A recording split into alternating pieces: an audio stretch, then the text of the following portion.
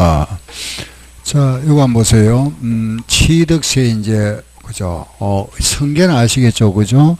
매매, 교환, 현물, 출자, 상속 중에 기부다. 그죠? 자, 이거 한번 보세요.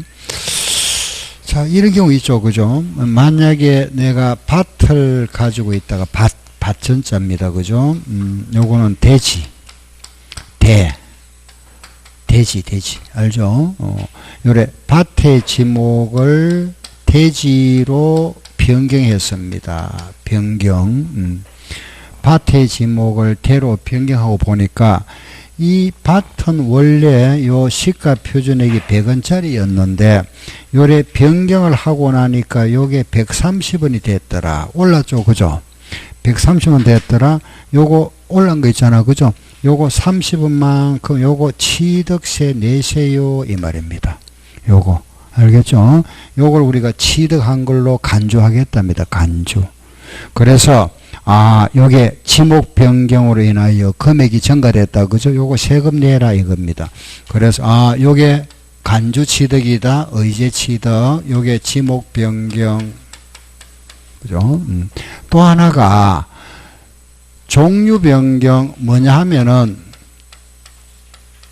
화물용 자동차를 승객용 자동차로 개조함으로써 종류를 변경함으로써 그 금액이 증가됐다.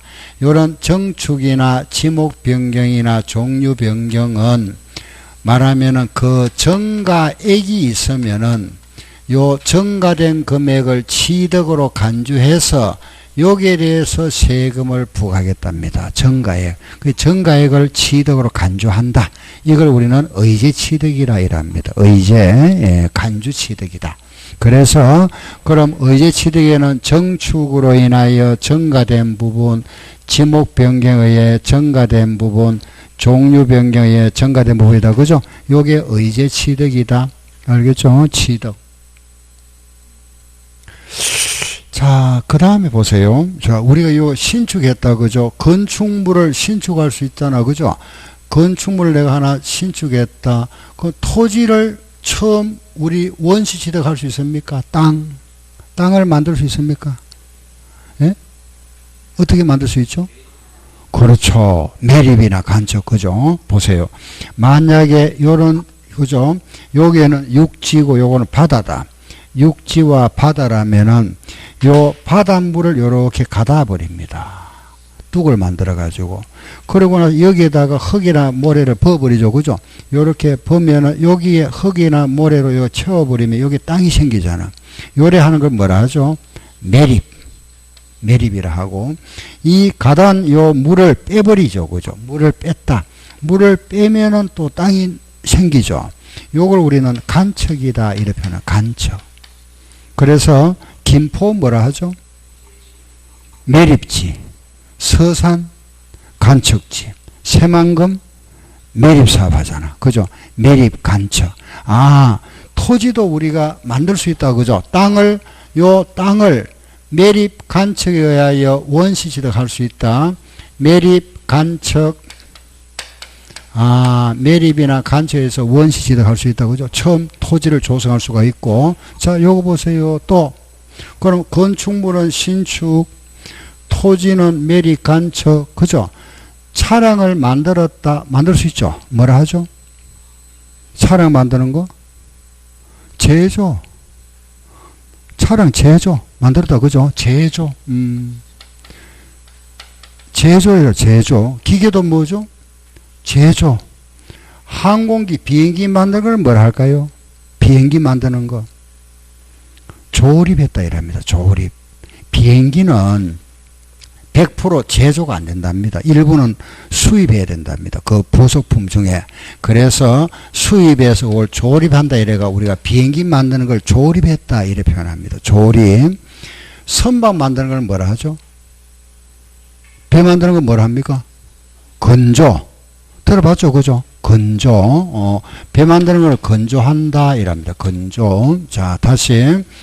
차량이나 기계 만드는 걸 뭐라 하고? 제조.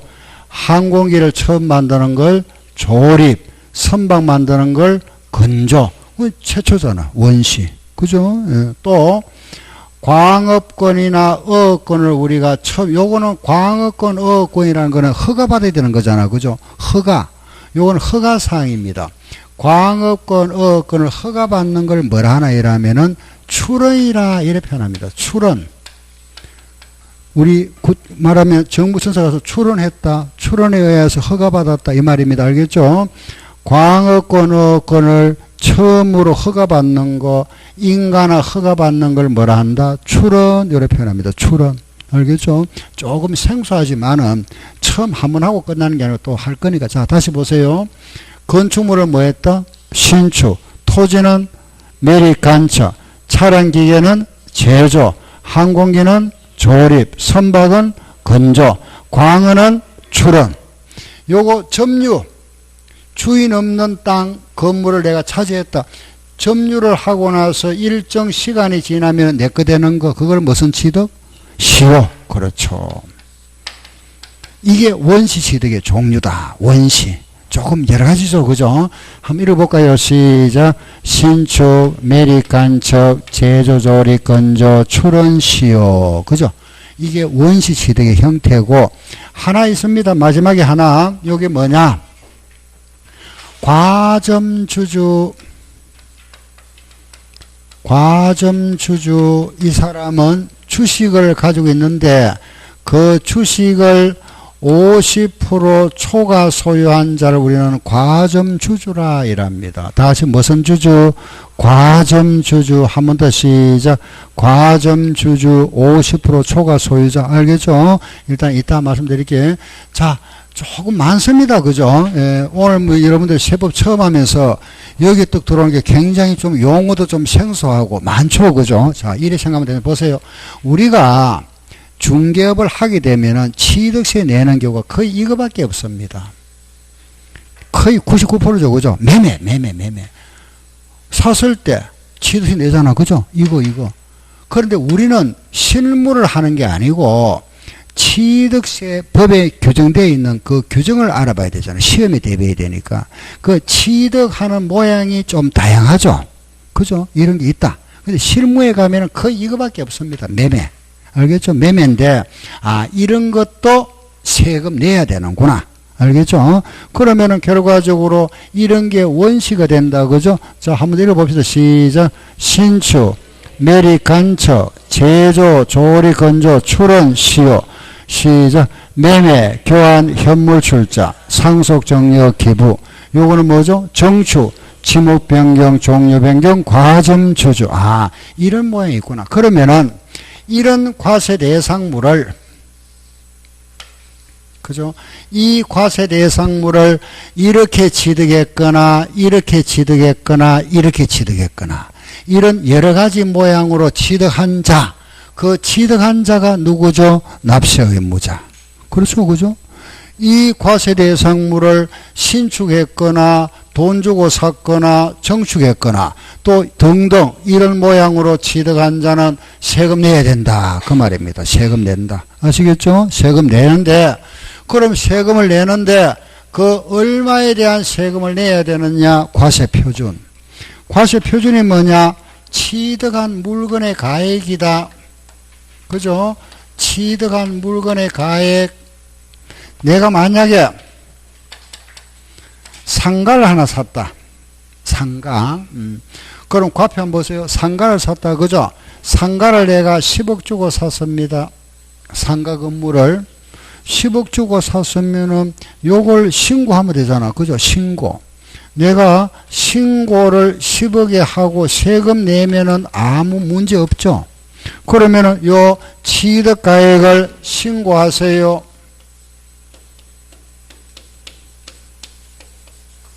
10억 주고 샀다.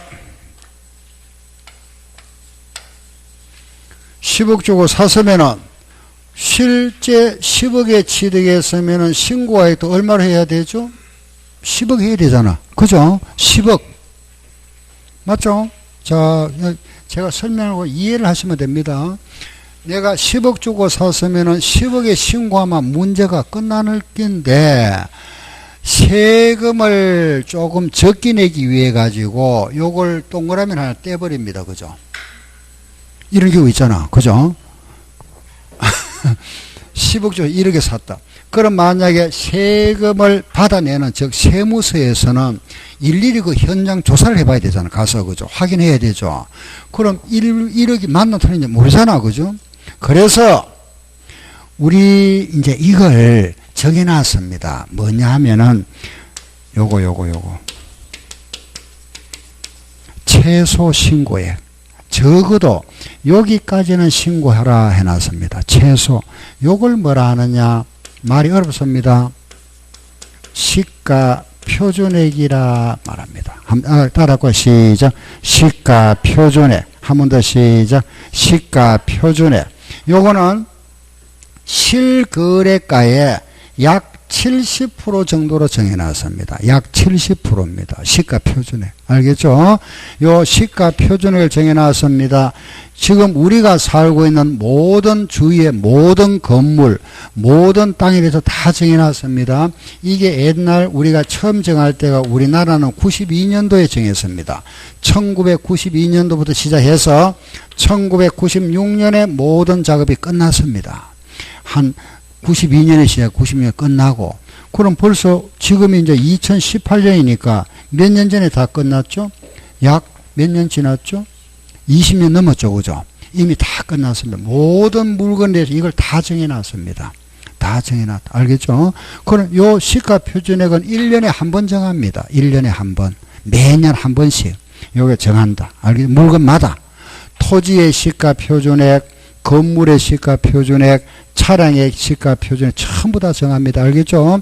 그러면은 요게 최소 신고액이니까 만약에 요 우리가 신고가액을 1억 했다 하더라도 이 물건의 시가 표준액, 요 시가 표준액은 우리가 알아볼 수 있습니다. 어떻게 알아볼 수 있겠죠? 요거. 이거는 여기 보면 뭐 세종시청, 시청에 가도 되고, 요 세종시 구청이 있습니까? 없습니까? 그럼 뭐가 있죠? 시청 있고 또 동사무소 있겠죠? 동사무소 없습니까? 있죠? 예, 동사나 가도 되고. 그렇지 않으면 이거 여러분들이 가지고 있는 폰이 있죠? 휴대폰. 휴대폰으로도 가도 됩니다. 폰으로도 열람할 수 있고. 요거 딱 주소 치면 다 나옵니다. 시가 표준액. 알겠죠? 여러분들 이따 쉬는 시간에 한번 치보세요. 시가 표준액. 그게 뭐 우리나라 그 보면은 그죠? 뭐 어디고 보니까 뭐 구글을 보시든지 그죠? 네이버 보든지 요 치면 딱 나옵니다. 시가 표준액. 요래 열람해 볼 수 있다 그죠? 그러면은 요 시가 표준액이 만약에 7억 돼 있더라. 예를 들어서 그러면은 내가 1억에 신고했다 하더라도 요건 인정 안 하겠죠? 얼마로 계산할까요? 7억. 7억에 계산합니다. 그럼 6억에 신고했다. 얼마? 6억에 신고해도 얼마? 7억. 5억에 신고해도 7억. 8억에 신고하면 8억. 요거 이상 신고해야 됩니다. 아시겠죠? 그죠? 5억에 신고하면 요걸로 해버립니다. 여기 최소니까. 아시겠죠? 그럼 요거 이상 신고하는 거 그때 받아줍니다. 그럼 요게 시가 표준액이다. 그럼 요 시가 표준액 이상으로 신고해야 됩니다. 아시겠죠? 그런데 이런 게 있잖아. 그죠? 보세요. 만약에 내가 경매를 받았습니다. 상가 건물을. 요걸 경매를 받았는데 요게 원래는 10억짜리인데 이게 1차 유찰이 되다 보니까 1차, 2차 유찰 되다 보니까 내가 낙찰을 받았는데 이 얼마에 낙찰을 받았느냐? 6억에 낙찰을 받았습니다. 요 물건의 시가 표준액은 7억이더라. 시가 표준액은 7억인데 실제 낙찰받은 가액은 6억이랍니다. 이럴 때는 얼마에 신고해야 될까요? 6억 해야 되죠. 그죠? 이때는 요것보다 낮아도 인정해 줍니다. 특별한 경우잖아. 그죠? 이걸 뭐라 하나 이라면은 사실상 취득가액이다. 이렇게 표현합니다. 사실상 그 취득가액. 요게 만약에 6억이라면은 시가 표준액보다 낮아도 인정해 준다. 어떨 경우다? 경매. 알겠죠? 이런 특별한 경우가 있구나. 요게 우리가 원칙은 뭐라 해야 된다? 신고가액, 예외가 뭐가 있죠? 시가 표준액. 요게 특별한 경우는 사실상 가액. 요 금액은 요 금액보다 낮아도 인정해 준다. 알겠죠? 그걸 우리는 사실상 가액이라 이랍니다. 이해되죠? 그죠? 예, 다시. 신고가액은 요거 이상 해야 됩니다. 그죠? 요거 이상 해야 된다. 시가표준 이상 해야 되는데, 요 신고가액이 요 시가표준액보다 낮아도 인정해 주는 경우 있다. 그죠? 여기를 뭐라 한다? 사실상 취득가액. 요런 특별한 경우가 6가지입니다. 요거만 있는 게 아니고 6가지. 6가지. 그게 뭐냐? 국수. 알죠? 그죠? 라면 국수.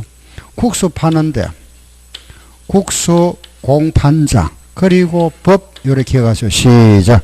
국수 공판장 법. 다시 시작.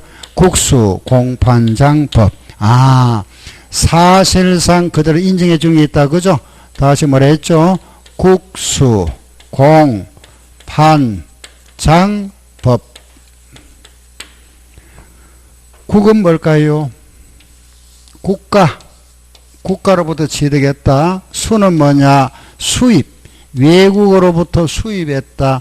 공이 뭐냐? 공매나 경매. 요 경매도 포함한다. 공매나 경매를 말합니다. 판, 여기 뭐냐? 판결문. 재판결과 입증되는 가액. 요 장이 뭐냐? 장부를 말합니다. 장부. 요 장부인데 누구 장부냐? 법인 장부. 법인으로부터 취득했다. 요 법이 뭐냐? 법률에 따라서. 요 법, 다시. 국은 국가. 요걸 앞자를 땄습니다. 국가, 수입, 공매나 경매, 판결문, 장부, 법률. 국가로부터 취득한 거 그대로 인정해 주겠다. 수입한 것도 그냥 인정해 줄게. 공매나 경매도 인정해 준다. 판결문도 인정해 주겠다. 법인으로부터 취득한 겁니다. 그것도 인정해 준다. 요 법이 뭐냐? 공인중개사 법률입니다. 공인중개사. 그 공인중개사가 신고하는 것도 인정해 주겠답니다. 지금은 이제 요 명칭이 바뀌었습니다. 부동산 신고에 관한 법률을 합니다. 알겠죠? 과거에는 공인중개사 법률이었는데 지금은 이제 이원화되어 가지고 지금은 부동산 신고에 관한 법률. 결국은 그 내용이 공인중개사 법입니다. 여기에 대해서 신고하는 경우도 인정해 주겠다는 뜻입니다. 국수공판장법 시작. 국수공판장법. 요거는 사실상 취득가. 자, 요게 과표다. 자, 다시 정리해 볼게 보세요. 신고가액, 요 신고가액은 요거는 시가 표준 이상이 돼야 된다. 그죠? 요 금액은 우리는 실거래가가 원칙이다.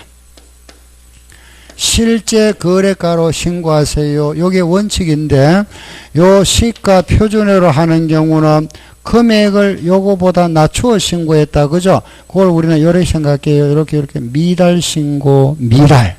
아, 시가 표준의 이하로 신고했다. 미달 신고가 있고, 또 여기 뭐냐? 신고를 안 했다. 무신고, 무상, 금액을 알 수 없는 경우 무상 취득. 우리는 이렇게 무, 미, 무 이렇게 가서요. 요 무는 뭐라 했죠? 무신고, 신고 안 했다. 요 무는 무상 공짜로 받은 거. 금액 알 수 없잖아. 그죠? 요것도 시가 표준한다. 그래서 무, 미, 무, 무신고, 미달신고, 무상취득. 다시 시작. 무신고, 미달신고, 무상취득은 시가 표준액. 그리고 국수 공판장 법은 뭐라 한다? 사실상 취득가액. 알았죠? 예, 끝났습니다. 여기 과표. 다시 과세 표준은 원칙은 뭐라 한다? 신고가액. 요 신고가액은 시가 표준액 이상 돼야 된다. 그죠? 요거 이상 돼야 되는데 요거보다 낮아도 인정해 주는 경우가 있다. 그걸 뭐라 하고? 사실상 취득가액. 여기에 들어가는 게 뭐가 있죠? 국수 공판장 법이죠. 알겠죠? 요 이해되죠? 그죠? 네. 그럼 여기서 요거 이제 흐름을 이해하시면 됩니다. 자, 한 번 더. 원칙은 실거래가 하세요. 요걸 내가 적게 신고하더라도 요거 이상 하세요. 그죠? 요거 이상 해야 돼요.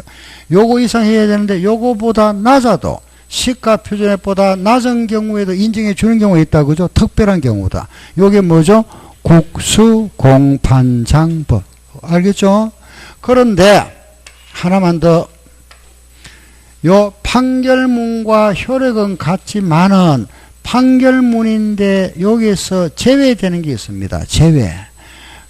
제외되는 게 뭐가 있느냐? 요거는 화해 당사자 화해 조서에 의한 판결문, 인락 조서에 의한 판결문, 포기 각서에 의한 판결문, 의제 자백에 의한 판결문은 요거는 제외한답니다. 자, 무슨 소리냐? 화해 당사자 말하면 원고와 피고 사이 서로 합의했다 그죠? 화해 한쪽에서 인정하고 승낙했다는 말입니다. 원고와 피고 중에 한쪽에서 포기했다. 포기 그 소송을 포기했고 요거는 포기로 간주하는 거. 재판정에 2번 이상 출석 안 하면 포기한 걸로 간주합니다. 그럼 요런 경우는 말하자면 사전에 당사자 사이에 합의가 있은 걸로 본다. 당사자 사이에 합의가 있었다는 것은 요거는 금액을 서로 편리한 대로 조작할 수가 있다. 그죠?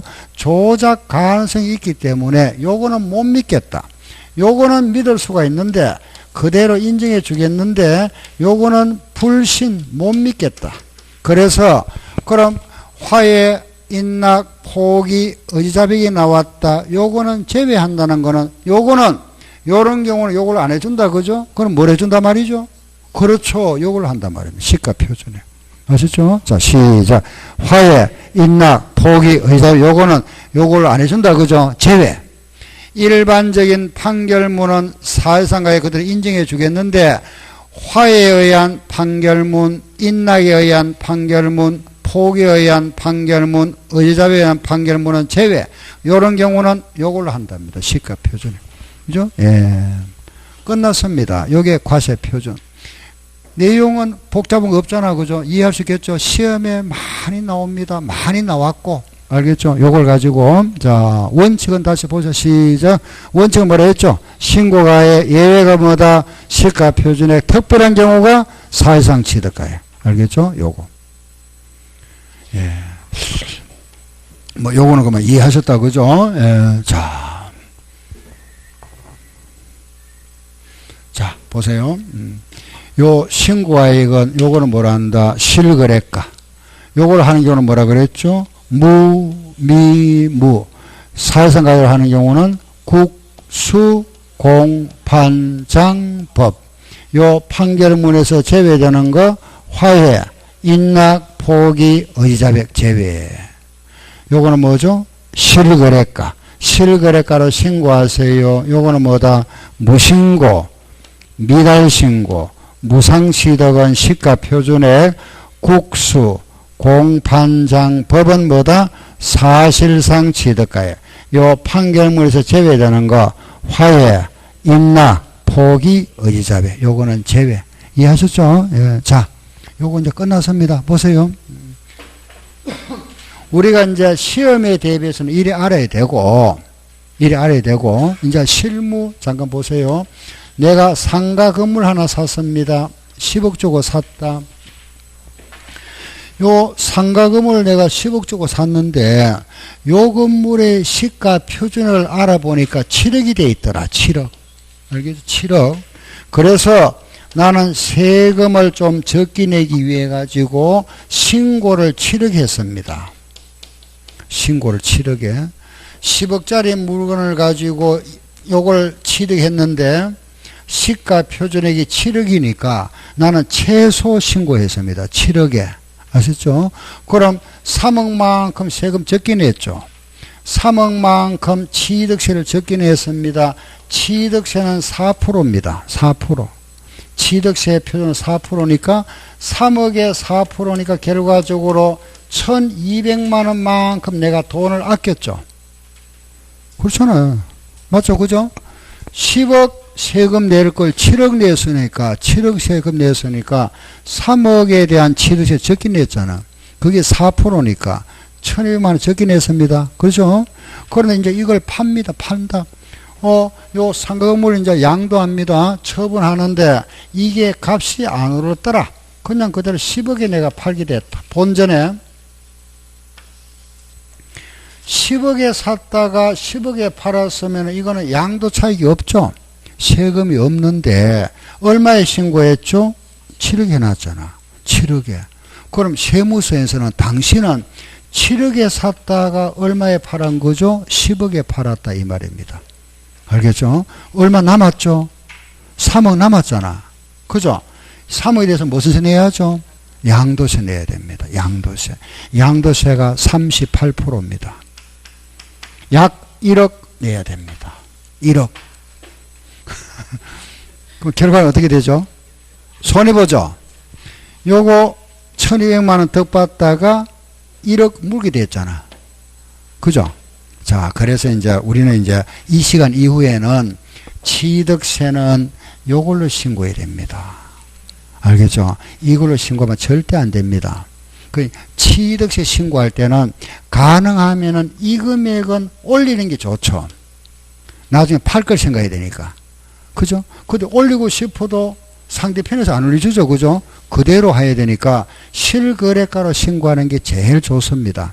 낮춰 신고하면 안 됩니다. 알겠죠?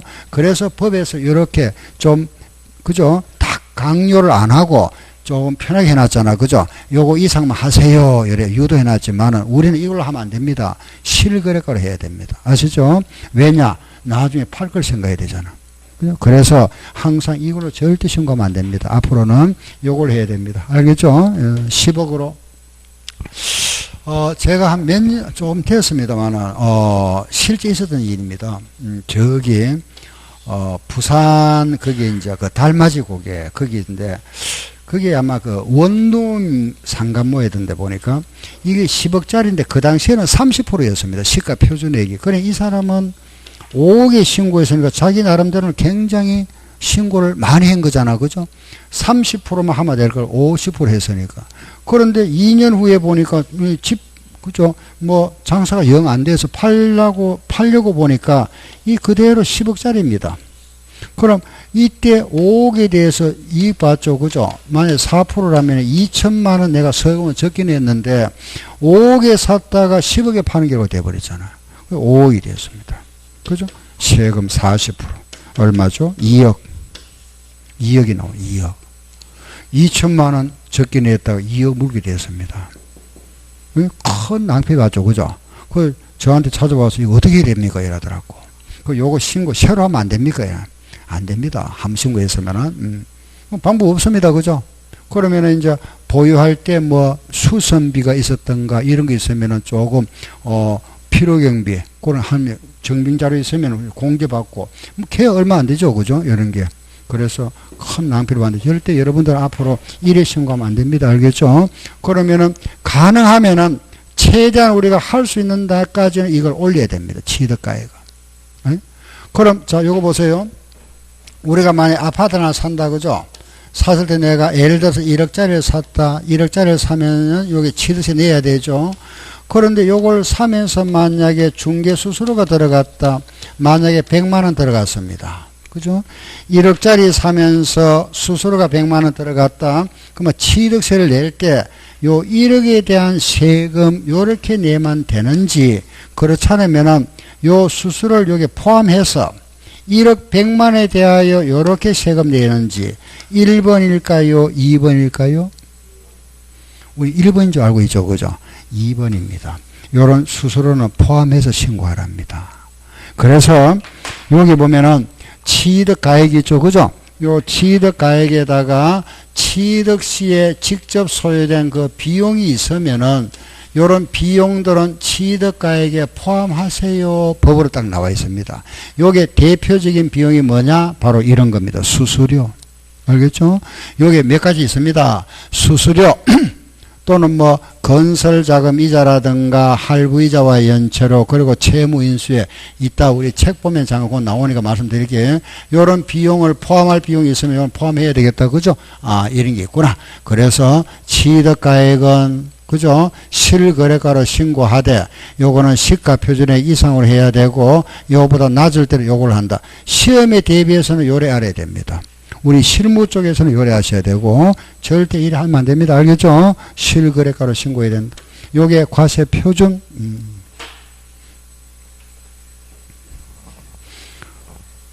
끝나고, 그죠? 그 다음, 자, 요번에 끝났습니다. 이제 요거 볼게요. 세율. 알겠죠? 세율이다. 자, 우리 이제 세율이 나왔는데, 여기 보면은, 취득을 했다, 그죠? 취득은 우리가 매매로 취득하는 경우, 정려를 받는 경우, 상속을 받은 경우, 그리고 원시 취득이 있다. 네 가지. 매매, 정려, 상속, 보존, 매매로 취득하는 경우와 정려를 받은 경우와 부모님으로부터 상속받은 경우하고, 요거는 새로 내가 원시, 보존하는 거는 원시 처음 취득하는 거, 신정축을 말합니다. 매매로 취득하면은 세금이 몇 프로냐? 4%입니다. 정려를 받으면은 3.5%, 상속을 받으면은 2.8%, 보존도 2.8%, 요거는 신정축이다. 그래 하시고, 매매는 4%인데, 농지를 매매로 취득하면 3%입니다. 정려를 받았는데, 그 비영리 사업자라는 거는 교회나 사찰을 말합니다. 요거는 2.8%, 상속을 받았는데, 농지를 상속받았다. 2.3%, 두 사람이 공동 소유하고 있다가 그 공유물을 분할했습니다. 2.3%. 요게 취득세 세율 구조.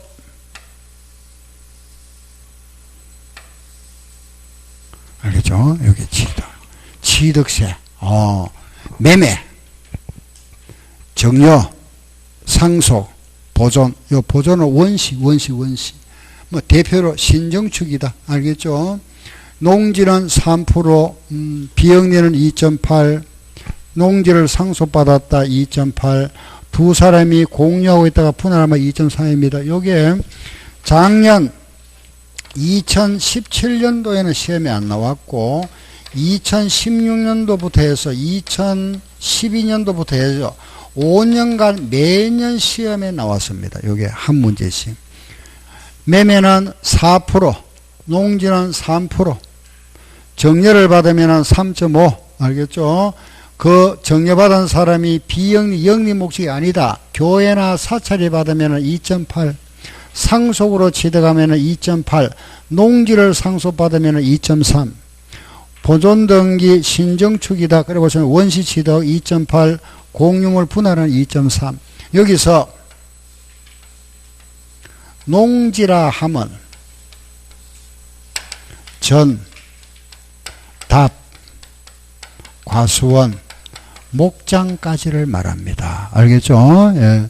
우리가 말하는 농지라 하는 거는 취득세 농지는 전, 답, 과수원, 목장, 용지까지 말합니다. 알겠죠? 나중에 우리가 양도세에 가서 농지가 나오면 양도세는 요거 두 개만 말합니다. 전답. 취득세는 전답, 과, 목 가지고 양도세는 요거 두 개를 말합니다. 알겠죠? 전답만 말한다.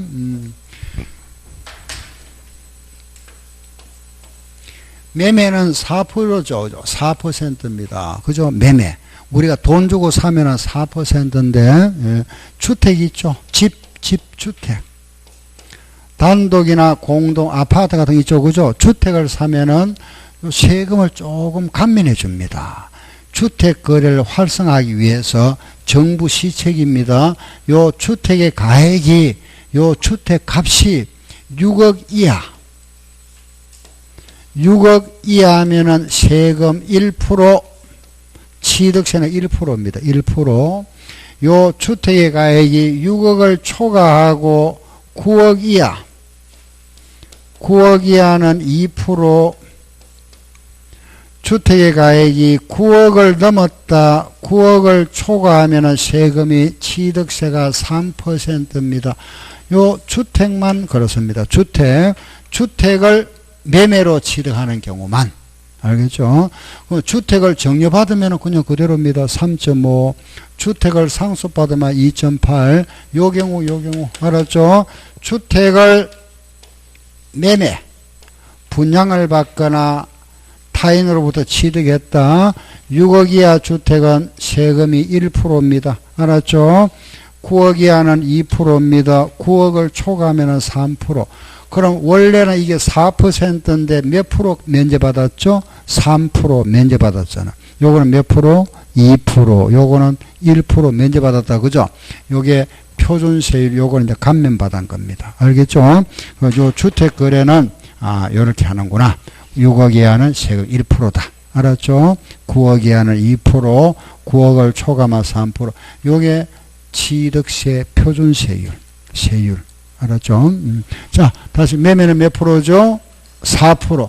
농지는 몇 프로? 3%. 정려는 3.5. 비영리는 2.8. 상속 2.8. 농지 2.3. 보존 2.8. 분할 2.4. 알겠죠? 요게 표준세율이다.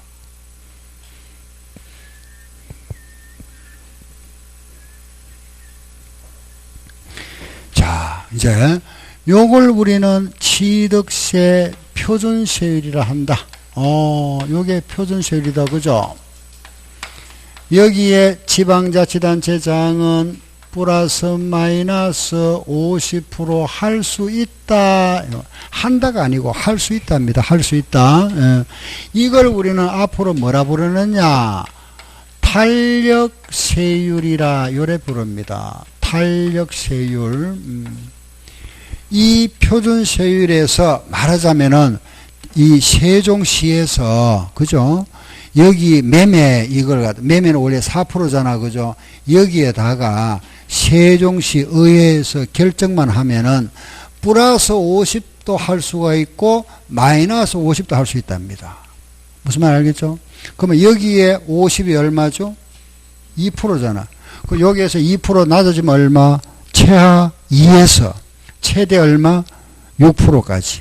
그러니 최하 2%에서 최대 얼마? 6% 범위 안에서 조정할 수 있다 이 말입니다. 조정할 수 있다.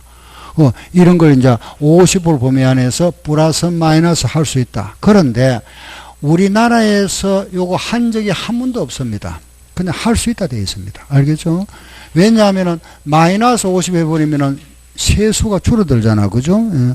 또 플러스 50 하면 다른 그 시에서 주민들 항의가 굉장히 많이 나옵니다. 그래서 이거는 우리나라 전체를 통해서 아직 한 번도 한 적이 없습니다. 그냥 할 수 있다. 특별한 경우다. 근데 아직까지 한 번도 한 적은 없다. 요걸 우리가 탄력세율이라 이랍니다. 무슨 세율? 탄력적으로 생각할 수 있다. 그죠? 탄력세율. 요게 표준세율. 자, 다음에 우리 아까 이제 자 보세요. 납세 의무자, 과세 대상, 과세 표준세율. 했죠, 그죠? 시작. 납세 의무자, 과세 대상, 과세 표준세율. 지금 우리가 납세 의무자, 그죠? 과세 대상 했잖아요. 과세 표준, 그죠? 세율 알아봤죠? 그럼 여기 오면 다음 뭐더라? 시작. 표준세율. 또 잊어버렸네. 시작. 표준세율. 다음 뭐죠? 아까 4개. 다시 시작. 납세 의무자, 과세 대상, 과세 표준, 세율. 요 세율하면 다시 무슨 세율? 표준세율, 중과세율, 비과세, 납부. 그죠? 다시 시작. 표준세율, 중과세율, 비과세, 납부. 그런 순서대로 하고 있습니다. 지금. 표준세율 나왔다. 다음 뭘까요? 중과세율. 요걸 우리가 항상 흐름을 이렇게, 그죠? 예. 요걸 항상 생각하면서 하세요. 그럼 표준세율, 중과세율, 다음 뭐죠? 비과세, 그리고 납부. 그럼 끝나버리잖아. 그죠? 그러면 중과세율 나왔죠? 중과, 세금을 많이 부과한다. 중과, 우리 법으로 명시되어 있는 중과가 뭐냐? 첫째, 사치성 재산이랍니다. 다시 무슨 재산? 시작. 사치성 재산.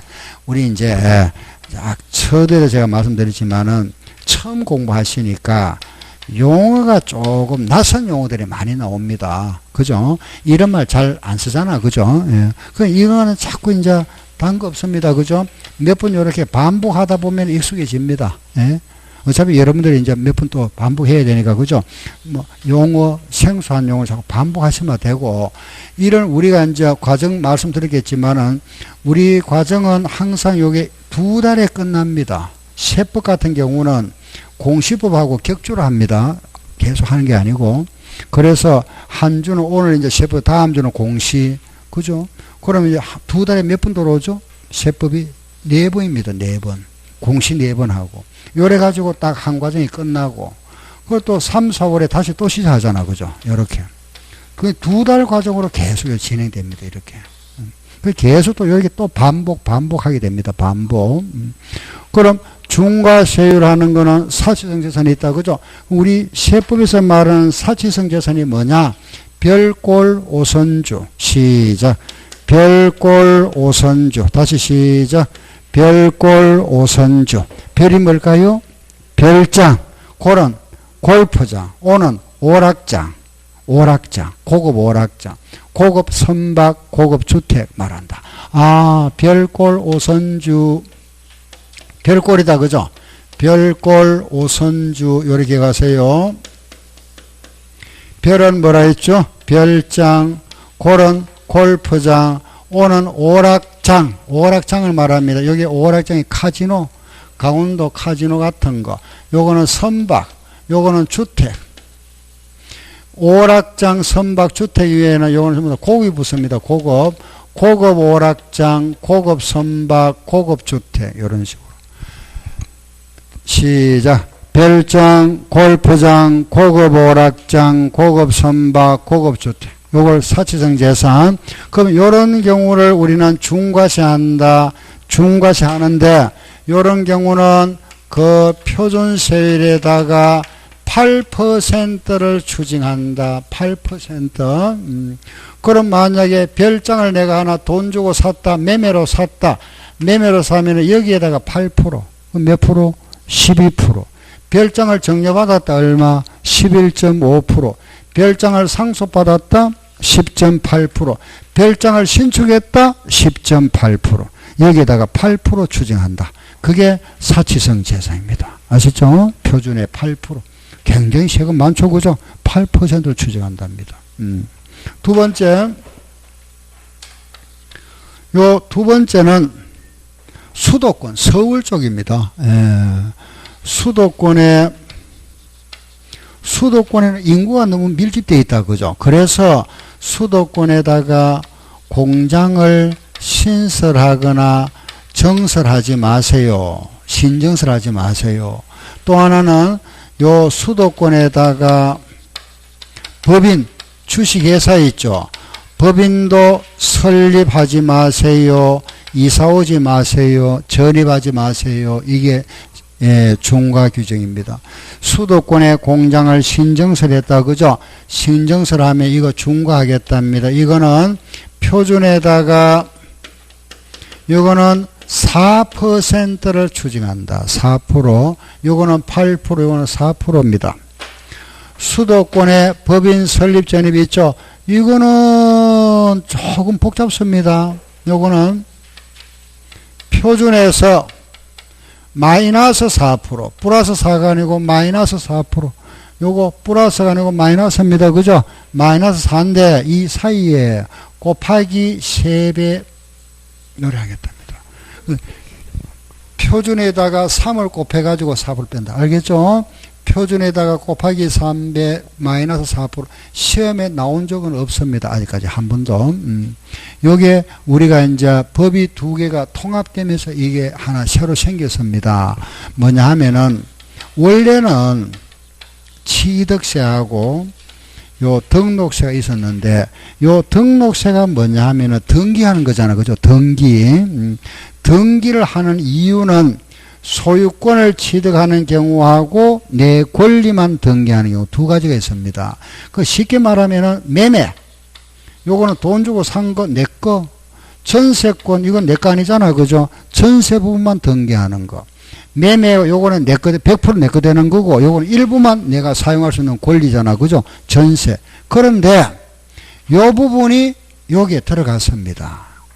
요래 따로 하다가 여기 지금 현재는 요거하고 여기에 묶어진 게 요게 지금 현행 취득세입니다.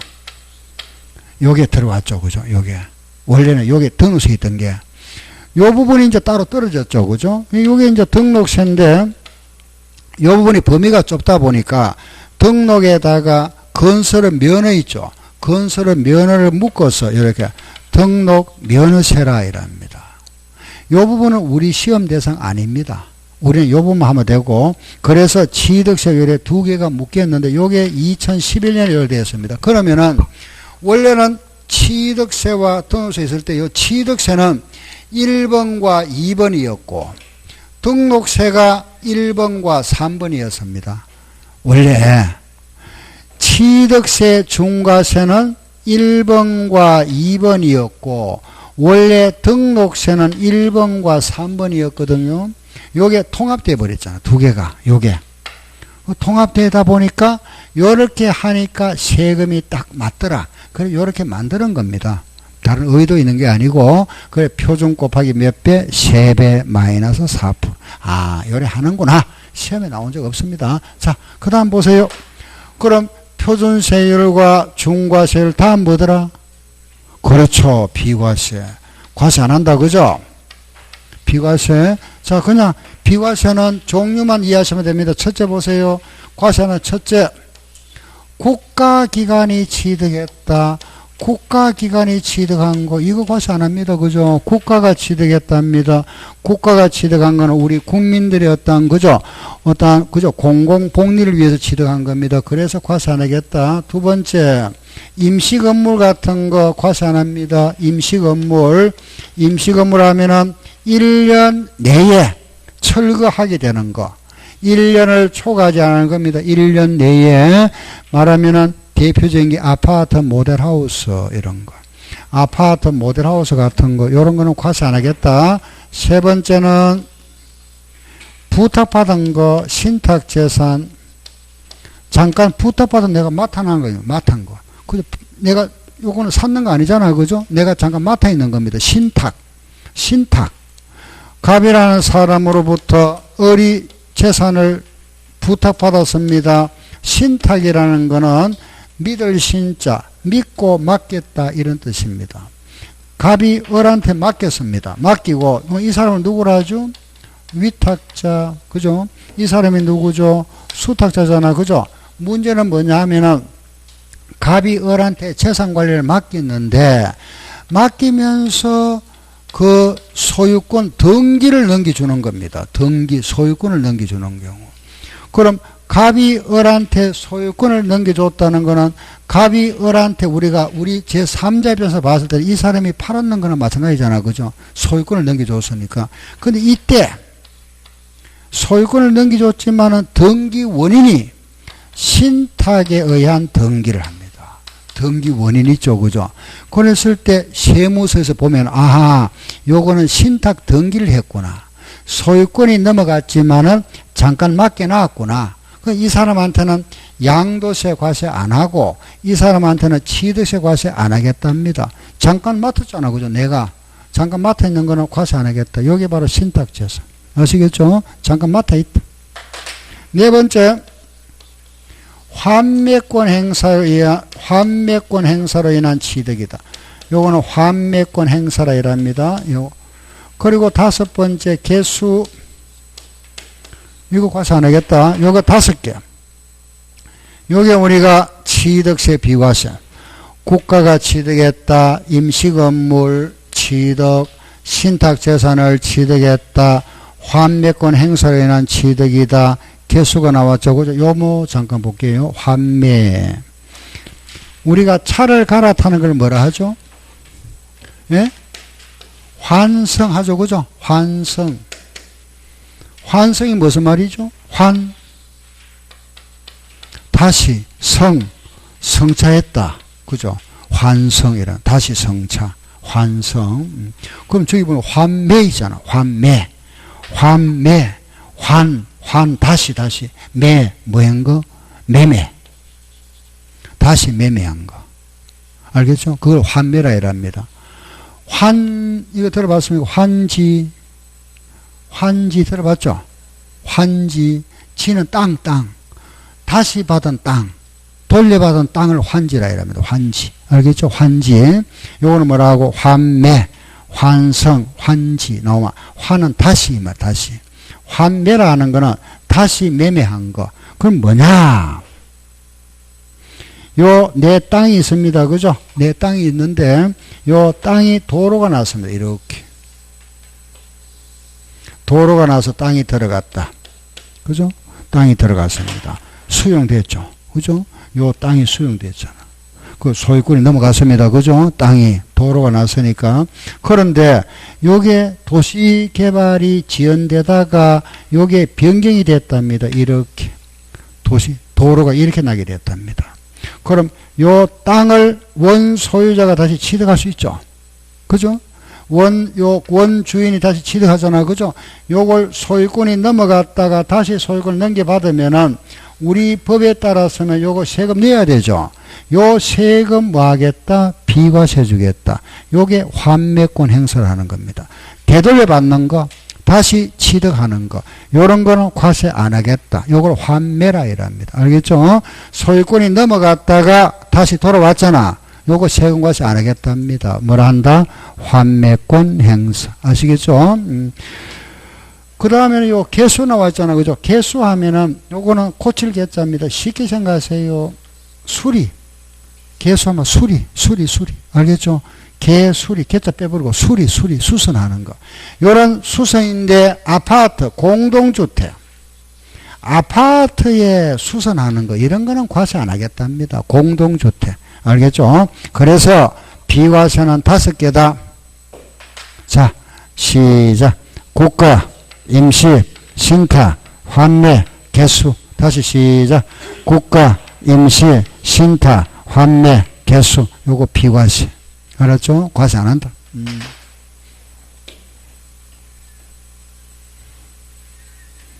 자, 이제 요거는 과세 안 합니다. 그죠? 자, 보세요. 요거는 비과세.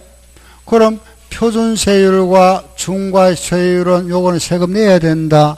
요거는 세금 내는데 언제까지? 취득일로부터 60일. 취득한 날로부터 60일 내에 세금 내는구나. 그죠? 취득한 날로부터 60일. 알겠죠? 60일. 자, 우리 조금 전에 또 했습니다. 그죠? 60일 내에 세금 안 냈다? 그럼 뭐가 부과되더라? 가산세. 한 번 더. 신고불성실 가산세와 뭐가 있다 그랬죠? 납부불성실 가산세. 요 신고불성실 가산세는 신고가 없었다. 무신고는 몇 프로? 20%. 신고는 했는데 적게 신고했습니다. 과소는 몇 프로? 10%. 그런데 이걸 탈세 목적으로 부당은 몇 프로? 40%. 납부불성세는 하루에 얼마? 0.03%. 요게 가산세. 그죠? 취득한 날로부터 60일 내에 세금 내야 됩니다. 60일 내에. 그런데 우리가 상속을 받았다. 상속을 받아서 취득하는 경우는 요거는 기간을 연장해 줍니다. 6개월 내에 신고하세요. 6개월 내에. 상속으로 취득하는 경우는 6개월 내에 신고하세요. 그 상속인 중에 어느 한 사람이 외국에 살고 있다. 그럼 9개월까지 연장해 줍니다. 외국에 살고 있으면 9개월까지 상속 예외가 있다. 그죠? 취득세는 취득일로부터 60일 내에 내야 되는데 상속으로 취득하는 경우는 몇 개월? 6개월. 외국에 살고 있으면 몇 개월? 9개월. 알겠죠? 9개월까지. 요게 취득세 신고 납부다. 원칙. 그런데 60일 그랬습니다. 그죠? 요 날까지 안 내면 가산세가 부과되죠? 이런 가산세가 부과된다. 그죠? 그런데 요 60일이 지났습니다. 지나고 나서 1개월 안에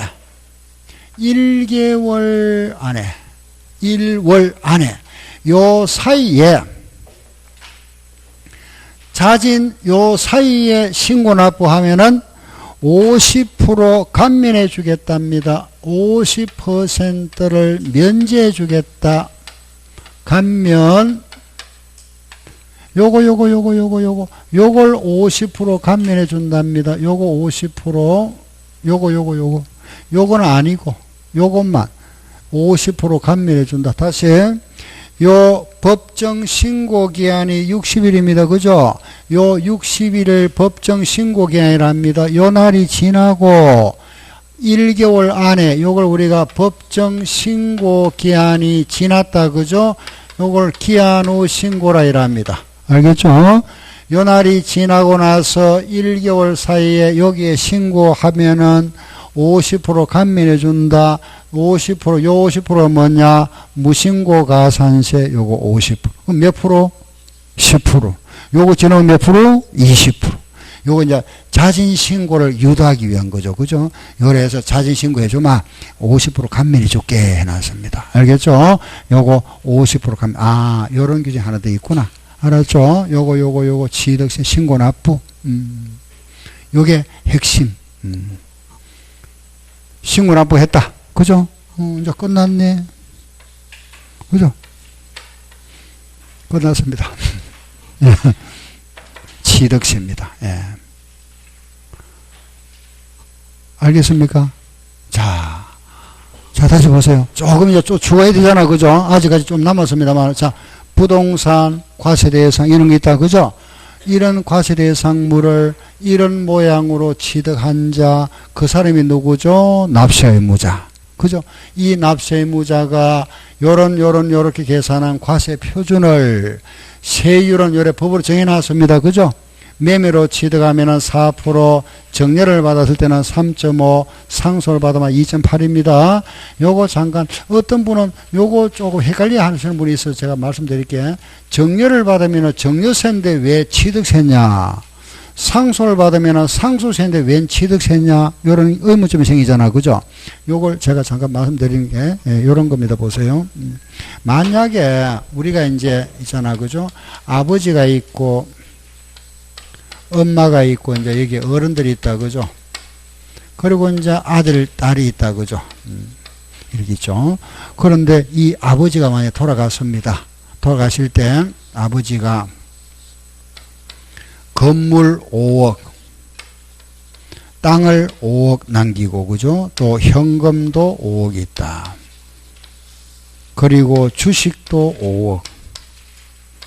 이걸 남기고 돌아갔습니다. 그러면은 전체 재산이 얼마죠? 20억이죠. 요 20억에 대해서 무슨 세 내야 될까요? 무슨 세? 그렇죠. 상속세 냅니다. 알겠죠? 예. 그 전 재산, 아버지가 남긴 이 전 재산 20억이잖아. 그죠? 여기 대하여 우리는 이 세금을 냅니다. 상속세. 그럼 상속세를 내야 되죠. 그죠? 그럼 상속세는 여기에 상속인들이 연대 납세 의무를 해야 됩니다. 연대하여. 여기에 상속인이 누구죠? 예? 아버지 돌아갔습니다. 배우자가 있다. 그죠? 자식이 있고 시부모 있습니다. 상속인이 누구죠? 예? 상속인. 여기 들어갑니까? 안 들어갑니다. 그죠? 이렇게. 이 사람들이 상속인입니다. 이 자식이 있으면은 배우자와 자식이 공동 상속받고, 여기에 자식이 없는 경우는 이렇게 공동 상속받죠. 이렇게. 요 자식이 없는 경우입니다. 없는 경우에 이렇게. 여기도 없고 여기도 없을 때는 배우자 단독 상속받고, 배우자가 먼저 돌아오고 여기 아무도 없다. 그죠? 아무도 없으면은 이 사람의 형제자매도 없다. 사촌 내 혈족. 거기도 없다. 국가에 기속됩니다. 나라에 들어가고. 그래서 이 아버지가 돌아올 때 이때 이 사람들이 상속인이 됩니다. 그럼 만약에 아기를 가지고 있다. 그죠? 예, 아기를 만약에 그죠? 태아답니다. 아기가 태어나지 않았고 임신하고 있다. 이 아직은 자식이 안 태어났습니다. 이 사람이 임신하고 있습니다. 그럼 임신했으면은 아들이 있는 겁니까? 없는 겁니까? 있는 겁니다. 이렇게 상속돼 버립니다. 그 자식이 안 태어나도 임신하고 있으면 자식이 있는 걸로 보니까 이 사람한테 다 가버리죠. 그죠? 이 사람한테 한 푼도 안 갑니다. 무슨 말 알겠죠? 결혼하고 예를 들어서 뭐 얼마 안 돼가면 임신했다. 그죠? 임신했는데 만약에 여기 부모들이 이 재산을 다 물려줘 놨습니다. 그런데 임신했습니다. 갑자기 무슨 교통사고를 해서 사망했다. 재산 1이 다 가버립니다. 1이 안 갑니다. 한 푼도 안 가죠. 그죠? 여기에 가는 재산은 이 사람 정리해 준 겁니다. 정려. 정려. 안 줘도 법에 아무 걸릴 게 없죠. 그죠? 그러니 재산 상속은 미리 하면 안 됩니다. 알죠? 이거는 상식으로 알고 있잖아. 그죠? 나중에 해야, 늦게 해야 됩니다. 그래야 효자가 있습니다. 차조가 하지. 미리 하면 안 됩니다. 큰일 납니다. 그런데 이 재산을 남기고 이분이 이제 돌아갔다. 그죠? 그럼 여기에 대해 상속 냅니다. 그러면 이제 상속 재산을 분배를 해야 되잖아. 분배. 분배는 아시죠? 그죠? 요 분배는 저 돌아가신 분 유언이 최우선합니다. 유언. 유언이 최우선인데 만약에 유언이 없었다. 유언이 없이 돌아가셨다. 그러면 상속인끼리 합의를 하죠. 합의. 합의가 안 된다. 그죠? 합의가 안 되면은 이제 법으로 정한 거. 법정. 원래 유언이 최우선하고 제일 먼저고 유언이 없었으면은 상속인끼리 합의를 합니다. 합의. 합의가 안 되면은 법으로 정한 거.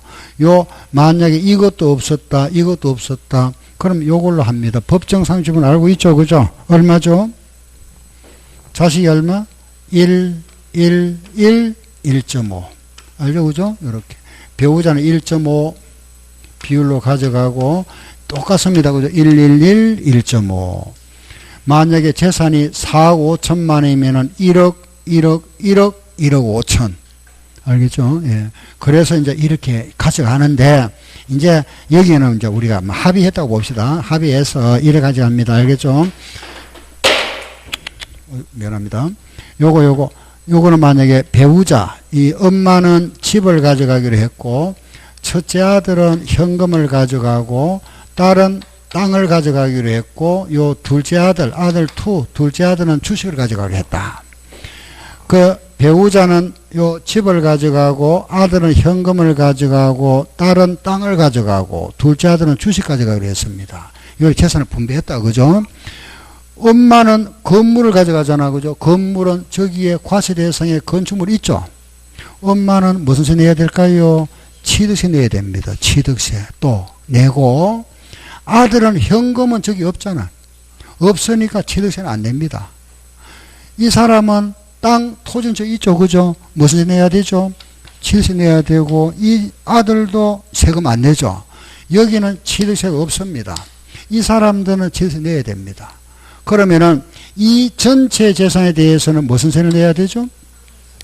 요걸 내고 각자 상속받은 재산을 분배했을 경우에 그 재산이 과세 대상에 해당하는 거는 무슨 세?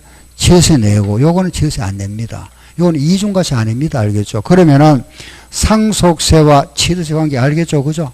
그럼 만약에 내가 아버지로부터 아들이, 그죠? 아버지 살던 집을 만약에 정려를 받았습니다. 정려. 그러면 정려를 받으면 1차 무슨 세 내야 되죠? 정려세 내고, 건물은 저기 과세 대상 있죠? 무슨 세 내야 되죠? 예, 2개 내야 됩니다. 2개.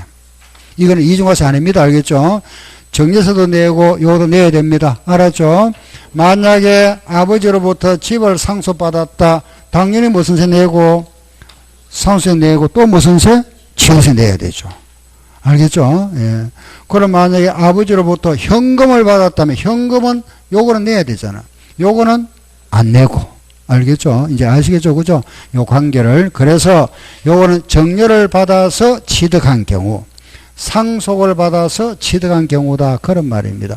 요게 세율, 표준 세율이고, 여기에 중과세가 있다. 그죠? 세 가지가 있다. 사치성 재산, 수도권의 공장, 신정설, 법인 설립. 그리고 과세 안 한다. 비과세. 그죠? 요런 거. 시작. 고가, 임시, 신탁, 환매, 개수. 알았죠? 요거 언제까지 내느냐? 취득일부터 며칠 내에? 60일. 상속은 언제? 6개월. 외국에 주소를 가지고서는 몇 개월? 9개월. 그리고 1개월 안에 요걸 뭐란다? 기한 후 신고는 몇 프로 감면? 50% 감면이다. 요거 50% 감면해 줍니다. 알겠죠? 감면. 요거. 이건 아닙니다. 요거면 50% 감면. 요게 50% 감면해 준다. 10%. 요게 취득세. 그러면 이제 우리가 이제 추가하는 게 뭐냐 하면은 이제 이런 겁니다. 이제 책을 볼 마지막 시간에는 이제 이거 토지가 뭐고 이런 거. 건축물이 뭐고 이런 거 이제 하나하나 용어 해설이죠. 그죠? 신축이 무슨 소리고 메리칸 이게 이제 교재에 설명들이 나와 있습니다. 이런 설명. 요거는 조금 더 추가해야 됩니다. 여기다 몇 사람 더 추가하면 되고. 그 다음에 여기 과세 표준이고 요거 세율이고 그죠? 그러고 나면은 취득세를 내야 되는데 요 취득일로부터 60일 그랬잖아. 그죠? 요거 하나 추가해야 되죠. 요거. 자, 보세요. 예. 취득일로부터 60일 그랬습니다. 취득일로부터 60일.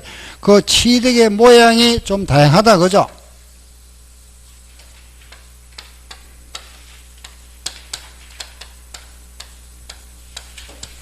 이건 세금 내잖아. 그죠? 자, 보세요. 취득일, 신축은 취득일을 언제로 해야 될까요? 집을 지었습니다. 언제가 될까요? 취득일이? 메리칸축은 뭐 취득일을 언제로 해야 되죠? 요거는 언제로 해야 될까요? 이런 걸 정해놔야 되잖아. 그죠? 취득일을. 상속은 상속일, 사망일입니다. 그럼 이런 말하면은 요런 모양에 대한 언제 취득한 걸 법으로 정해놨습니다.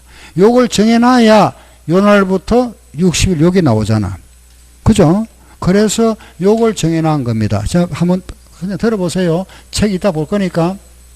사용승인서. 사용승인서. 알았죠? 공사준공 인가일입니다. 요거는 언제냐? 원시 취득자는 납세무 없습니다. 승계 취득자가 인도받거나 계약상 잔금 지급 중에 빠른 날, 시효 취득은 시효가 완성되는 날, 상속은 상속 개시일, 요 정년은 계약한 날, 요 지목 변경이나 종류 변경한 사실상 변경일과 공부상 변경일 중에서 빠른 날, 과점 조정은 50% 초과 취득하는 날, 그날이 취득일입니다. 알겠죠? 예, 이걸 정해놨다. 잠깐 쉬었다가 이제 마무리합시다.